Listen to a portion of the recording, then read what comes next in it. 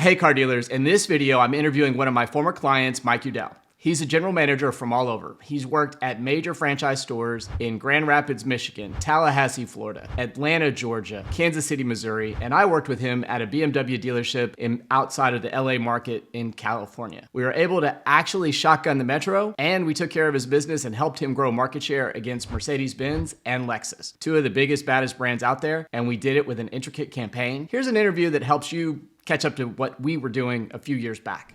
Mike Udell. I'm an instructor and consultant with NCM and Associates, the 20 Group people. And their headquarters is right here in Kansas City, which is my hometown. And this is my idea of retirement. I work in December, I'll be training 3 weeks this month, right at the Institute. But yeah, I'm starting to get busier and busier. But yeah, I'm down to working, 15, 16 days a month. That gives me a work-life balance I didn't have on the retail side. So I'm certainly enjoying that. How many years in retail? 45. And you've worked in, I said, Georgia, Florida, Michigan, California, Kansas City. Where else might have you? I started out in Illinois. Okay. Northwest is Chicagoland area. And then I made a trip back to Illinois. And I ran a small group of dealers, a small dealer group. We had 10 brands in 4 locations. We had all the European brands and Lexus and Toyota and some GM brands. And I discovered the number of cornfields between Chicago and St. Louis. How many? Just one. It's all cornfield. So, but it was right in the heartland. A good sized community. We sold a lot of cars. Had almost 400 employees. We were selling almost 400 retail a month with all those brands, and business was pretty good. So, and maybe you could talk about this for a minute or two. I finally got my first dollar from you when you moved to California. I think I've been pursuing you for 7 or 8 years. So what would you tell a client as to why you waited so long? What was that, a strategic design, a bad decision, a great decision? Honestly, I'd really drank the Christian Jorn Kool-Aid. Now, people that probably see this don't know who he is, but he's probably one of the best web builders you'll ever meet, especially in the automotive space. And I was like, I had left the reservation, man. I wasn't buying into the whole, you got to be a factory approved website and all that stuff. I just went rogue.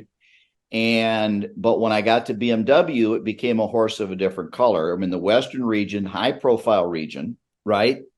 Some of the biggest dealers on planet Earth, BMW dealers on planet Earth, are in the LA market. And here I am in the Central Valley, like David with my slingshot. I got Goliath over the mountains in the LA, the LA basin. And that what they were telling me, that one of their first visits, they said, you are number 2. And then that pregnant pause from the bottom in terms of your digital presence. Okay. So I knew I had work to do. And BMW does have some teeth in their covenants with regard to, getting the full 5% allowance back, by compliance. So I couldn't go rogue there. Didn't think it was politically correct to do that. So that's when I called you and asked you, if you'll recall, which web platform should we go with? I think we chose Dealer On because they were more of an SEO driven company. Their DNA was they were SEO people.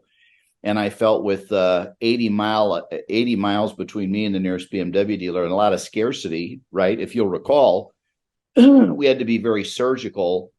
And I asked you if you would oversee converting that website. And now you billed me for that, but we still hadn't gotten married, right? No, we were still just dating. We just finally started dating. But I just knew in that case, because I would call you 2-3 times a year just to steal whatever I could from you. Oh, you did that. Oh, yeah, a lot. I got a lot of free information from you. Yeah. And because I trust you, right? Sure, yeah. And that's the worth more than gold commodity is if you trust somebody. To put it in context, by the end of 2018, BMW was beating us by some months close to 50 units a month. We closed that gap in a year to 12, 13 unit a month difference between us and Lexus, which was a big deal in the LA market because BMW is king in that market. So we had because of the brand, we had to ping the LA market, right? And I needed some expertise. We had to be price sensitive as well as margin sensitive. Sounds like a contradiction, but and then we had to, and at the end of the day, 2 years later, we were number one probably digitally in our district, which was District 35. And there were a few LA dealers in that group. I think in Van Nuys and over in Pasadena, we had a couple of dealers, some big LA market dealers. But we had grown our digital presence significantly in a pretty short period of time. Yeah, and I know too, like we talked about this a lot, controlled growth. We didn't want to overdo a single point DMA. Like we didn't put the money behind where you were being found organically. Right. We employed a conquest strategy that helped you gain market share. Like we went after the people that we surgically went after key Mercedes models that we were third in, but primarily we went after Mercedes, or we went after Lexus. Now we were number two in the market. Mercedes was very close, but they were beating us in some segments. So I remember us doing a lot of competitive comparisons and a lot of content on that. We did a lot of TV also. So we got direct clicks, right? You actually orchestrated our TV buy. I almost forgot about that. You came and directed produced our commercials. Yeah. And every month you'd send me the market share. Do you remember sending me the market share stuff and getting that analysis? So do you typically see partnerships like that with your clients, or did you feel like, I mean, you probably get the best of the best given I think we were unique. I think I had to use more than one vendor before.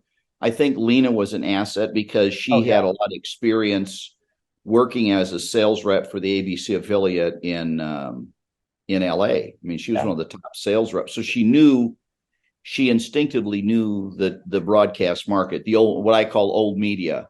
And I've always found the best markets to be in the car business are the Bakersfield, Californias and the Tallahassee, Floridas, and the markets that are big enough where you can rival major metro markets for volume, but small enough that you enjoy a lot of the cost savings. And one of the big cost savings, once you get past personnel, is cost of advertising. And I've always been successful marketing television and then driving, come to our 24/7 showroom, right? And to our .com address. And I think that really helped get us a lift, especially in used, especially in certified, because we more than doubled used car sales, if you'll remember. It was too much of a share fight in LA to get that big of a push in new cars. No, you kind of want to protect your turf. Right. And we definitely employed kind of like your make, your model, your market philosophy. And you had been all across the US and worked in Kansas City, Atlanta, Tallahassee, Grand Rapids. And now, did you feel like shotgunning a metro was kind of one of the ways you went to market? I mean, pre-pandemic? Well, the problem is because your inventory now is driven, all your measurables now, the number one measurable now is VDPs, right? Sure. And you want to hit critical mass in vehicle description pages. VDPs will determine all your pricing strategy, your positioning, and so whether it was new or used. So we drove. I mean, again, if you'll recall, that's another one of our accomplishments is we were selling just short of 80 used a month. We were shipping 30% of our used out of state, right? Almost a third. And yet we were still just short of 3% market share in all of Kern County, California in used car registrations. But we were 7.2 or 7.3% of all the VDPs in Kern County. So we were definitely driving. If I had it on my lot, people knew about it and people were clicking on it. Give me like 10 seconds of the before with local search group and where you felt like we were after. And even set this up because I think for dealers right now, there's a feeling that we're going back to the pre-pandemic phase of automotive advertising, competition, etc. Not saying that some things haven't changed. Right. They aren't quite like they were during the pandemic. So, take that and run with it. if you want to go back, let's go way back. Let's All go right. back to 2012 when you were the guest speaker at the summer business meeting for the Cincinnati region Toyota dealers, Okay. right? And it was in, I think in Ann Arbor, Michigan was the meeting. And we were in some convention center at some hotel there, and you were the guest speaker. And you had mentioned that at the time, not the time, we're now seeing responsive websites getting traction because higher tablet, higher mobile usage. You know, everybody's got smartphones, right? Where more people are getting smartphones. That it's hard to believe that there was a day, the dawn of the smartphone. It's like it almost feels like they've always been here. But you were saying that you've got to start leveraging 2% of your site traffic should equal your volume, 1.5 to 2%. And you thought that may diminish some once mobile got more traction. I'm not so sure it did because it didn't change a lot of the other metrics, but that was one of the first local search isms, right, to measure your volume by your total traffic, your total visits.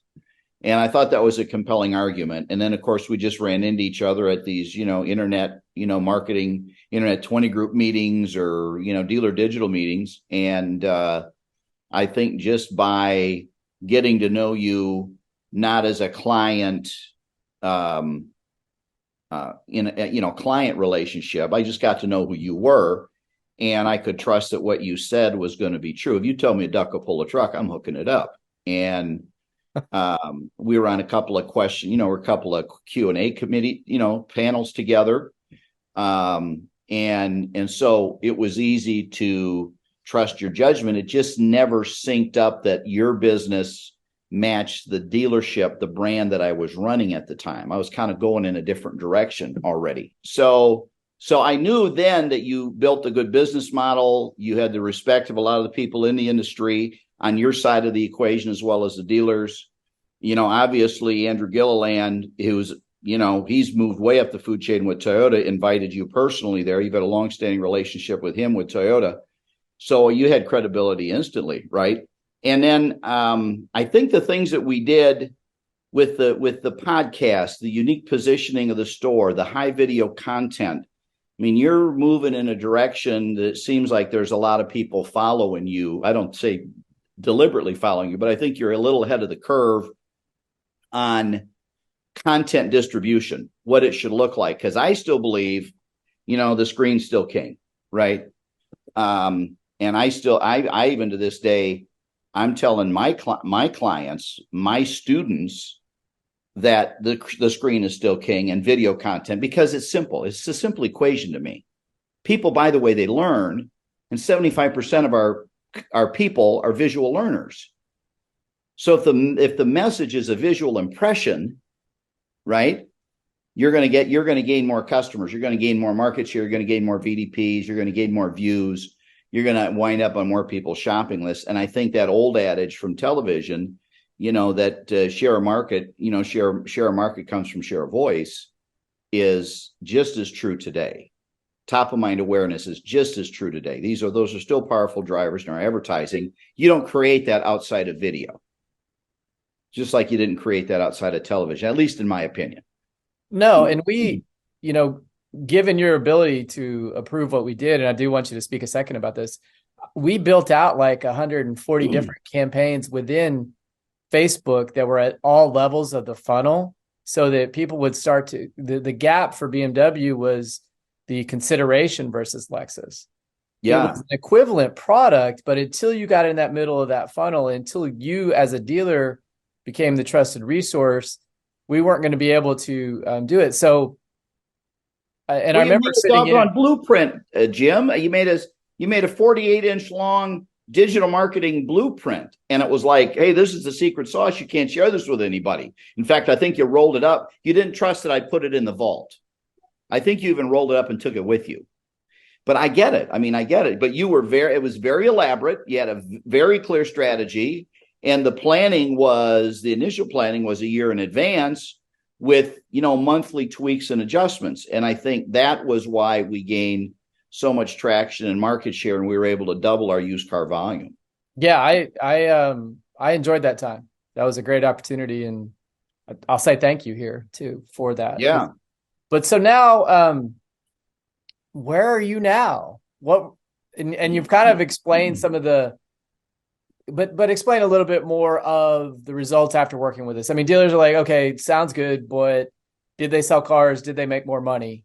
You obviously gained market share, but I don't know that this was during a down market. So in theory, you also going into COVID profitability, right? Going into COVID, we even did a lot of campaigning on service going into COVID in a lockdown state. We were number one in the country in increase in customer pay labor and customer pay RO count over the previous year in California, where that state was locked down tight. So there were a lot of things that we accomplished even when we set out in, I think, of the fall of 19 to really start building some, some brand awareness with our service and parts bid with our fixed operations. So, which is, to this day, I still think you run these dealerships from the back door forward. That's where all the customer engagement is. So, you get 8 to 10 times more the call-ins, click-ins, and walk-ins in the service drive than you do the showroom. And yet, right, the marketing budgets are weighed so heavily to 1/8 of the traffic. Right. And when you look at it that way, and you look at the number one volume single transaction in every dealership in America, without exception, is the oil change. It's the gateway drug to all the service work. And we don't market to those things. And that's one of the things that we did. We started moving some of our budget into service and parts to create a digital awareness of that part of our business. And I think that was also instrumental in our success. And you, if you can, speak for a second about how important email was to that process. I think one of the things is dealers are kind of getting back on the bike again, breaking, you never forget how to ride the bike, but we haven't been doing it. We wanted our customer data every month, and you were filtering it, cleaning it, updating it, making sure our true capture rate was relevant. It's not, okay, we're 80% capture rate on emails this month. It was our total, our UIOs. I mean, the people everybody we got to market to. And we were doing a lot of e-blasts with sales and service content. And it was on a monthly basis, sometimes twice a month. And we would send it out in cadences that our service team could follow up with outbound phone calls, at least leaving voicemails, or voicemails or text messages. But what about the dealer who says, email should be free? I've got 70,000 people in my database. I just need to hit them over and over and pound that pavement there. I don't need to go ahead and do it yourself if you want to spam it. And that's where cheap becomes very expensive. You have to have a strategy to do that. You got to protect that data. You got to protect that, make sure that the highest percentage possible are still capturing in their actual inbox. You're driving positive open rate. And just because your CRM system, when they installed it, the performance manager said, "Oh, and we can do e-blasts in this system." Big deal. You got to know how to do them right. I mean, I can fix a light switch. I'm not going to do the electrical in your new house, right? And that's the key. I think, if it's worth doing, it's worth paying somebody to do it right. And I think the results of us increasing, I mean, it's kind of hard to argue when BMW comes to you and says you were number one in America in increase in a year that customer pay revenue was down 22% nationally for the rest of the BMW dealers. And we were up. And you were making market share gains on new. You were making market share gains on used. I know, because we tracked both. Right. Were you making gains in profitability as you were scaling your operations? Well, I mean, the store couldn't make $1 million before I got there. And when I left, we were tracking, over between 6 and 7. And so let's say, so sevenfold increase. How would you say local search group helps me sell cars and make money? How would you say that? Okay, local search group helps me sell cars, sell new cars, sell used cars, market service loaners as our key driver for both new and used, and to sell more service. Absolutely. And the proof, the factual proof has been repeated, more than once. So yeah, absolutely. I can give you a cheap gratuitous endorsement like that, but it's true. It's true. honest. That's good. Yeah. That's good. What would you say to people who are watching this and want to do what you did? Trust you to put a plan together. And great advertising makes you money. It doesn't cost you money. Yes, it's one of our greater expenses. It's a big three expense. However, well done, it drives more traffic. Okay. And if you give somebody 10, 12% of your operating gross to start driving higher results, you can probably look forward to a day, if you're consistent, it's a strategy, it's a game plan you've agreed to, you can see that expense as a percent of gross consistently come down while you still drive the same amount of traffic you need to grow your business, right? You can increase your budget. You can increase the budget while saving as a overall percentage of your gross. And that's how you have a well-executed plan.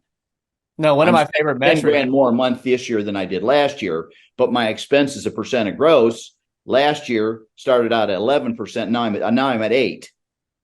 Right? I'm keeping more. I'm making more. I'm keeping more. My favorite metric of all is cost per sale.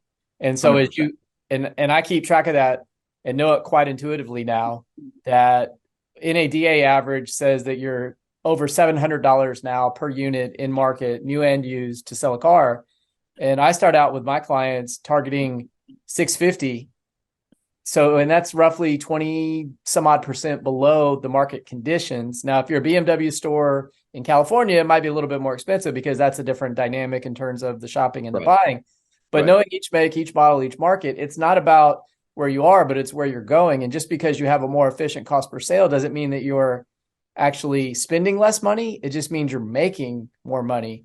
And as I work with clients, I want to, and I often do, drive them, like I did with you, down to 350 and then 300. And then we start talking and making plans for how do we get to 250.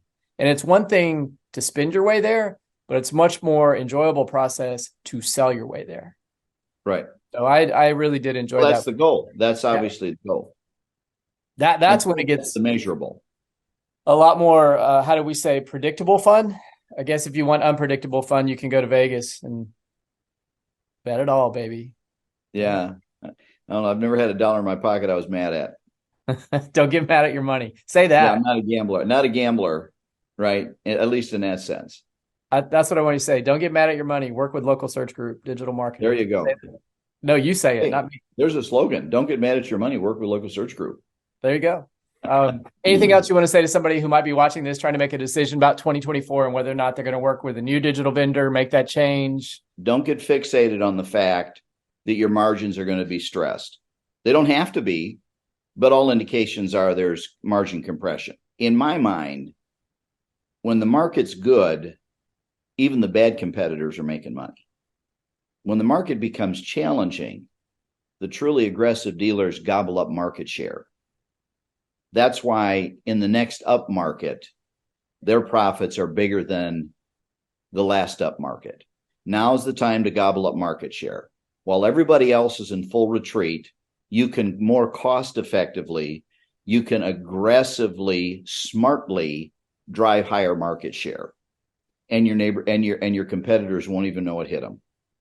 You're just chipping away at them. Now is the time to gobble up more share of market.